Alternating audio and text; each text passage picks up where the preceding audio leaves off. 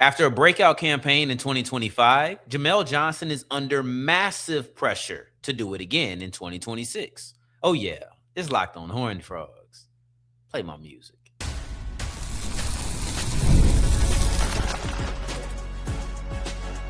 You are Locked On Horned Frogs, your daily podcast on the TCU Horned Frogs. Part of the Locked On Podcast Network, your team every day. What's going on, family? I'm Darian Gray, a.k.a. the Mouth of the South. Thank you for making this your first listen of the day every day. And today's episode is brought to you by FanDuel. The biggest stage in world soccer is here. Let there be goals on FanDuel. Visit FanDuel.com to get started. We close out today's episode with a look at Bryce Breeden because he is making his commitment tonight, Friday, 6:30. And unfortunately, the odds are long for TCU. But segment 1 and 2 is all about a player who's already present, a player who you don't have to project whether or not he is capable, but we are talking about the pressure he is under now that he's had his breakout year. It's all about Jamel Johnson as an individual and what he can do for the team. Let's start small, though, because I have a few reasons that I put Johnson under the microscope. I have a few reasons that I put a bunch of pressure on Johnson's shoulders. And the biggest one is Johnson showed us what he's capable of in 2025. I'm looking at the safety as a player who is the star of the team, and that's something we're going to get into, but I'm looking at him as a star of the team and somebody who showed us in 2025 that he can not only be productive, but he can be one of the better players that TCU has on the roster. That's regardless of if we're talking about offense or defense. But the key is to not be a flash in the pan. I'm going to tell you right now, I'm going to talk about Bud Clark's absence. I'm going to talk about the youth of the secondary. I'm going to talk about the team not really having many stars on the roster right now. I'm going to lay all of these reasons at your feet to tell you why Jamel Johnson is under pressure. But at the end of the day, Johnson's pressure starts right in-house. It starts with the fact that he had a monster 2025. It starts with the fact that he had a much better 2025 than he had 2024. And the question becomes, is it a flash in the pan? Is it something that just happened one time? Is he a one-hit wonder? Or getting better from 2024 to 2025, is it part of a natural progression that leads to him being even better in 2026? That's the pressure. The pressure comes from expectations. And I know that I'm talking here from the comfort of my own house. I'm talking here as somebody who's not going to have to step on the field. I'm talking here as someone who's not going to have to be accountable for him as the man next to me. But when I'm looking at Johnson, I can only imagine that Jamel Johnson feels the pressure within himself that I'm placing on him right now as an external source. I can only imagine because it's natural. If you're a competitor, trying to outdo what you did the year prior is typically your number one goal.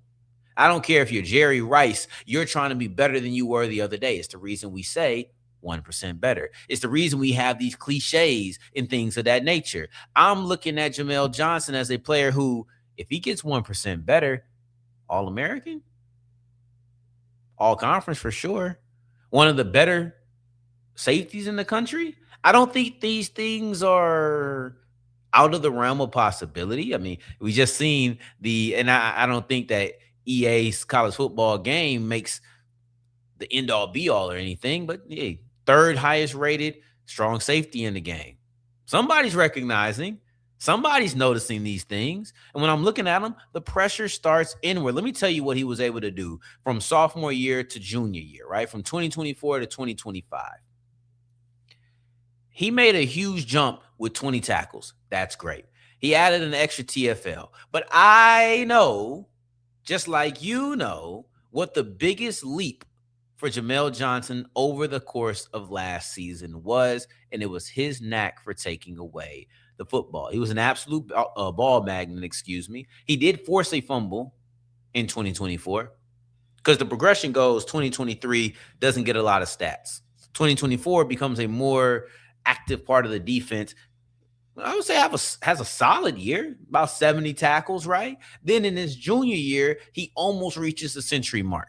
It would not be crazy to say Johnson could very easily be a 100-tackle player again. I wouldn't like it. I don't typically like my safeties to be 100-tackle players, but he plays close to the line of scrimmage enough for me to not worry about it too much, but 100 tackle player possibly.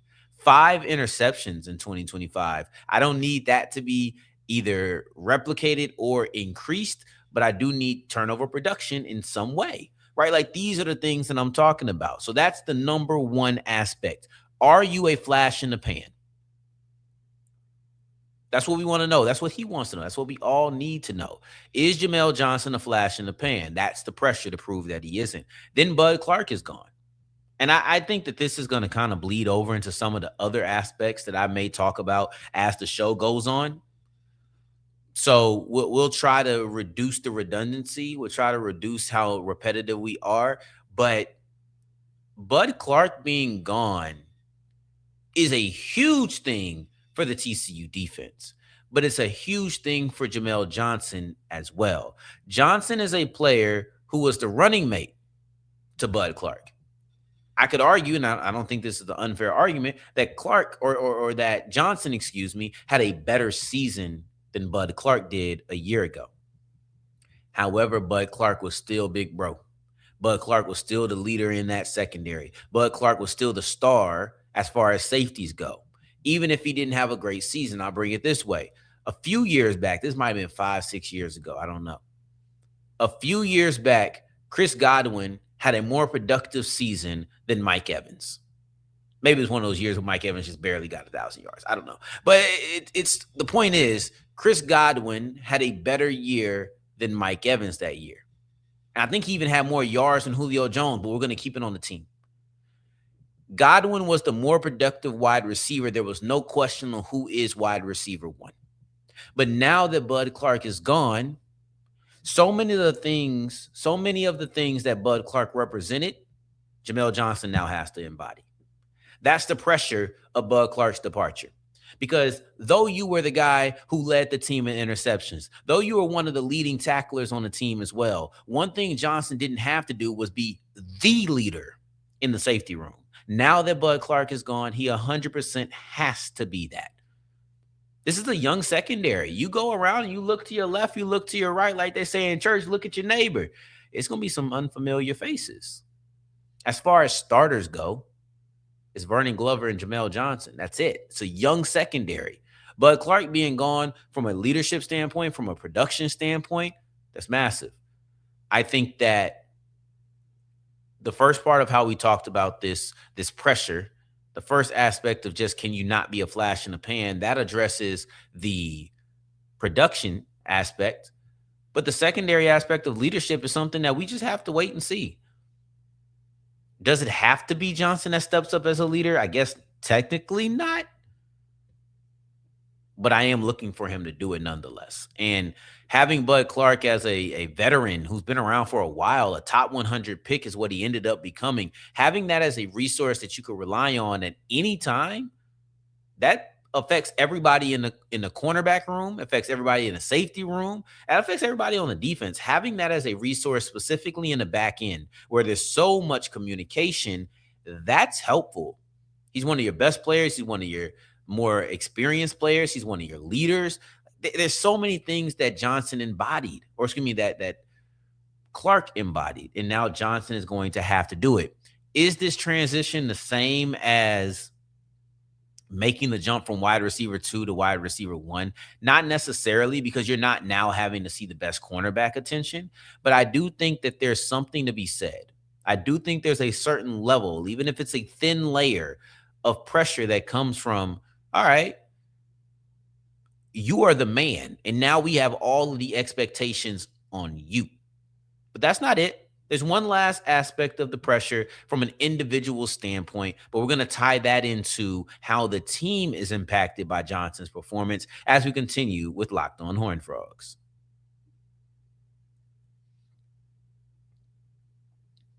The biggest stage in soccer is here, and every match feels like it has the potential for a memorable moment. I was at this one restaurant watching the Mexico game, and everybody erupted on Mexico's first goal. It's moments like that that make the World Cup special, but it's moments like that can also inflate your pockets. So, FanDuel fans another reason to stay locked into every match with every goal pays. Bet on the match and get bonus bets for every goal scored in that match. More goals means more bonus bets, and all you have to do is turn on your token.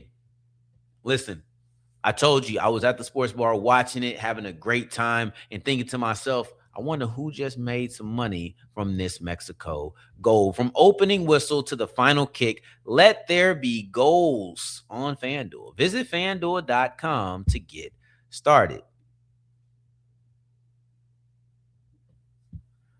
As we continue rolling on today's episode of Locked On Horned Frogs, I appreciate you for making this your first listen of the day every day and making us the number one sports podcast network in the country. We couldn't do it without y'all, and I appreciate you every step of the way. Want to continue to make this episode or make this show grow? Join the Everydayer Club. Get ad-free episodes. Get access to me, access to Big 12 chat, so you can talk trash to everybody from Baylor to Utah. Maybe you want to talk to trash to North Carolina.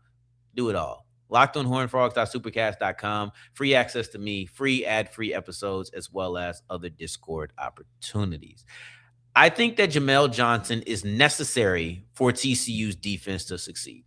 And I'm going to put it plainly. And I don't know why more people haven't said this. Jamel Johnson is the star, not one of. Jamel Johnson is the star of TCU. Put his resume, put his abilities, put his importance up to anybody. And there's some people who are going to surpass him in the importance category. But when you start breaking down skilled players, because somebody once said the face of your team can't be a lineman, and I kind of agree with that. Once you start breaking down skilled players and go through their resume and what they mean to the team, it's not many people who are going to be more important. It's not going to be many people who are more decorated, if anybody, than Jamel Johnson. And I say this with my whole chest. Jamel Johnson is the star of TCU football. Offense, defense does not matter. The safety has proven to be the best player on this team that is returning. Go for it. Jaden Craig, he's coming over from the Ivies. There's question marks. We haven't seen him. It's not as if he was a Iowa State player, right, who's just coming over and he's already been indoctrinated in the ways of the Big 12 and things of that nature. That's not the case. Go Jeremy Payne. He's stepping into a larger role. He wasn't your lead back last year. Right, like, look, Jordan Dwyer, I think, is fantastic. We have to see if he's a wide receiver one because he wasn't asked to be that last year. That's on the offense. You start going through, and like I said, Ben Taylor Whitfield, he's not going to be the face. He's not going to be the star of the team. You start looking at the defense. You lost all your faces defensively. You lost Caleb Elarms, or you lost Nnamdi Obi's, or you lost Bud Clark. You start looking around. You lost Devin Deal. You lost all of your critical players on defense except for Jamel Johnson. And that's where it comes into play. When I'm talking about the pressure that Johnson is under as an individual, when you are the star of the team, as an individual, when you are the all-conference player, when you are the player who's probably going to be a preseason all Big 12 first team player, we expect you to be good. You set the bar for what you could be, 93 tackles. You set the bar high, 5 interceptions. Can you replicate it? Can you be that again? But more importantly, can you live up to the status that you have now achieved? And if he's able to do it, I think the defense is significantly better because of it. Better because of it. Right? So when I say that he has to reach a certain level, I just want to kind of break it down for why, because I don't want to make it seem like everything relies on him. But Jamel Johnson is a player who moves all around the football field. He's a player who is obviously impactful as far as safeties and turnovers go. But at the end of the day, there's so much more to this game. And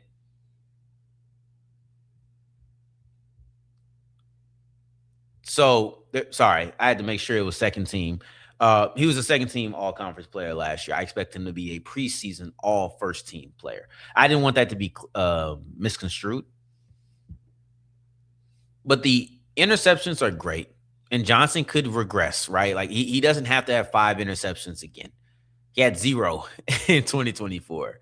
Uh, I don't want him to regress back to 0. I do think that would be a problem. But if he can get 3 interceptions on the season, maybe a couple of fumble recoveries on the season, if he continues to be a ball magnet and just be a disruptive player, I think you're looking at somebody who this is how I view him. I view him as a in the box player. I view him as a shallow player who also has coverage ability. I don't want to not call him a ball hawk.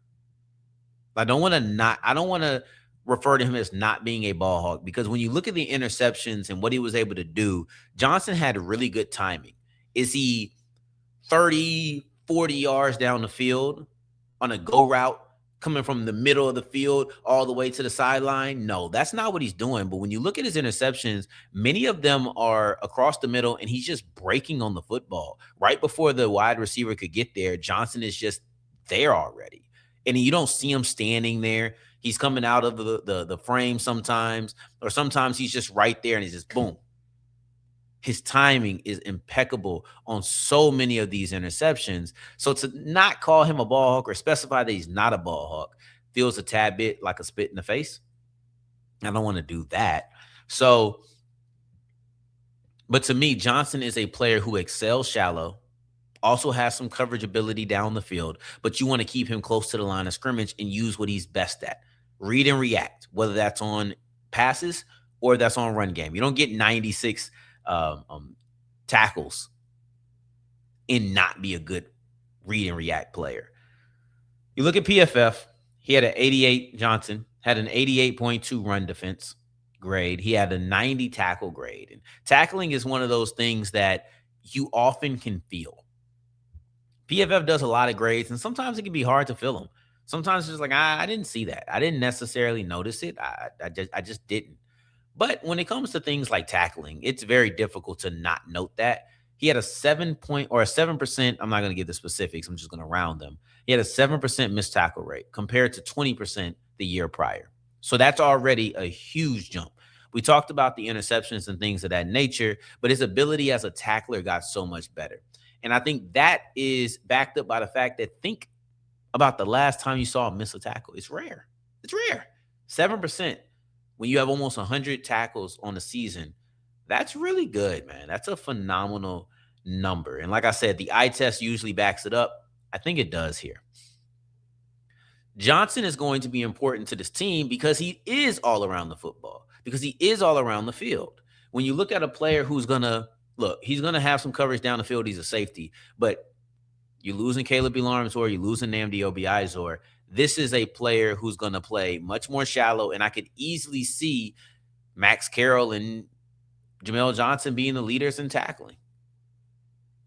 I think that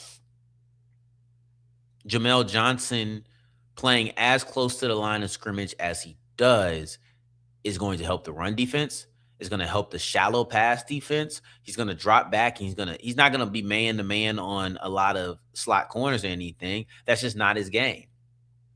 His game is to play in the box. His game is to play near the line of scrimmage, whether that's in a rover or that's just coming down. I don't look at him as the deep defender. I wonder how they're going to approach it with guys like Jacob Fields, because if I'm not mistaken, I think Fields does really well in that area as well. Could play into the battle for the other safety spot.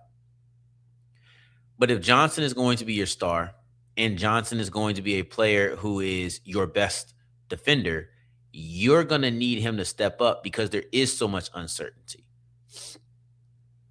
I talked about how the secondary was young. That's one of the things that we were talking about earlier. I'm going to refer back to. Gil Jackson wasn't a primary starter. Maybe it's Jacob Fields. Maybe you have Julian Sims. Maybe you have Jordan Lester. Like there's so many guys that'll fill out that secondary room that just haven't had a lot of reps, haven't had a season worth of reps, haven't seen the development that we saw between 2024 and 2025 for Jamel Johnson. You look at the linebacker room. You lost both of your linebackers. And I believe fully in Max Carroll, but you still lost both of your linebackers. On the defensive line, I just don't think they rush the passer well enough, though they do a good job at stopping the run. There's question marks all up and down this defense, and the one person that's not a question mark the one person that you know should be good based off what they did in 2025 is Jamel Johnson. And if Jamel Johnson can be who he was in 2025 and 2026, now TCU has the leader as far as production. They have a turnover machine. They have a guy who's going to fly around the football and be a sure tackling guy, shallow. They have somebody who's going to cover well within 15 to 20 yards. They have him. They have the guy. And that guy can change your entire defense. It's not an edge rusher type of change, but you need a guy. Let's move forward. And somebody who has the potential to be a guy is Bryce Breeden, linebacker out of Bridge City. The odds are long for TCU landing him, but we will know for sure in just a few hours. Today's episode is brought to you by Odoo. Listen, running a business shouldn't feel like you're trying to connect a bunch of systems that were never designed to work together. You have an app for accounting, one for marketing, one for inventory. Why are we doing all of these different apps and none of them work together? I thought we were trying to work smarter, not harder. My mom always told me that, but it feels like some companies don't believe in that. Odoo does. Odoo does. And the best organizations know that success isn't just about talent. It's about having everyone working towards the same goal. And that's true in sports, just like it is in business. Listen, you're not going to have a Big 12 championship level team if everybody's doing their own thing. One cause, one goal. You got to have a culture. And Odoo is all about that. Great organizations win because operations matter. And that's why you should get Odoo. Try for free at odoo.com/locked on. That's ODOO.com/locked on.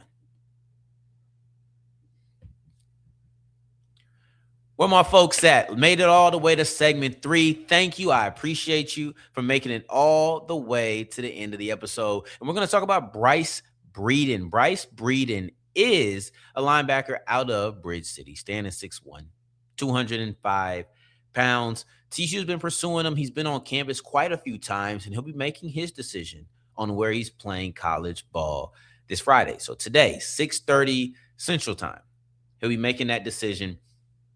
And it appears that it's a long shot if you ask on 3. Now, the 6 teams are in the mix: TCU, Arkansas, Arizona, Purdue, Michigan, and Northwestern. It's a primarily Big 12, Big 10 race. But then you also have Arkansas, who's standing in there from representing the SEC. And what's ironic about it is Arkansas, the non-SEC team, or the non-Big 12 team, the non-Big 10 team, is the team that has the best odds if you ask on 3. On 3 gives them a 95% chance at landing Breeden. In other words, it seems like a slam dunk that Bryce Breeden will be a Razorback. TCU, Big 12. Arizona, Big 12. Purdue, Michigan, and Northwestern, all Big 10. The SEC strikes again. We'll see. If he doesn't commit to TCU, honestly, I'm not going to cover it the same way I did Bryce or the same way I did Brody Knowles. More likely than not, I think we may talk about it, but this is a big one. This is a big one here. And he's been on TCU's campus a ton of times. He's been at Top Target Day. He's been on there for an official visit. He came for a spring practice. He's been around. And I think he's the only one I couldn't confirm is Michigan, but I think that he's been on an official visit for all of these schools. 24/7 has the dates for TCU, May 29th. Arkansas, June 19th. That was the most recent one he went on. Arizona, June 12th. Purdue, June 5th. Northwestern, May 8th. Now, he has a picture on his Twitter, rather, of Breeden on Michigan's campus on March 22nd that he posted. Is that his official? I mean, I don't think he's just going out to Michigan a bunch of times, excuse me. So it wouldn't shock me if that was his official visit. But he's been on campus for all of these schools. That's the point. TCU's just been a lot. It's been rapid. It's been plentiful. Doesn't mean he's going to commit. He talks about being a priority, and he loves that. I'm sure you do. I do too. I love it when I'm made a priority. That being said, being made a priority does not equate to getting a commitment. This is a dynamic player, though. What I love about him is he plays on the side of the line of scrimmage, opposite of where he started. So he had this season 109 tackles, 19 tackles for a loss, 8 sacks, and forced 3 fumbles. So highly impactful player. It's just about whether or not he comes to TCU. And if he comes to TCU, I think he may play a different position than when he played elsewhere. Because this year he had 8 sacks, 19 tackles for a loss. The year prior, he had 6 sacks and 20 tackles for a loss. He also had 4 forced fumbles that year, 2 fumble recoveries, over 100 tackles again. But I just feel like he has stud written all over him. And not as far as him being a stud player, but him playing the stud position. Put some weight on him, right? He's only 205 right now, but there's times where he lines up on the line of scrimmage. And stud is often looked at as a hybrid between linebacker and edge rusher. Guess who's playing linebacker and edge rusher? I think he's a run and hit guy. He can excel in that. But at the end of the day, if you want to try to use him in a multitude of ways, line him up on the edge and let's see what he does as a pass rusher. He's got good length. I don't know if he's playing guys who are just smaller than him, but he looks lengthy as an upper body. His upper body looks lengthy, I should say. So over 2 seasons, that's 226 tackles, 39 tackles for a loss, 14 sacks, and 7 forced fumbles. That's an extremely disruptive player. Extremely disruptive. We'll see if On 3 is right. 95% chance that he goes to Arkansas. If he doesn't, fingers crossed, he ends up a Horned Frog.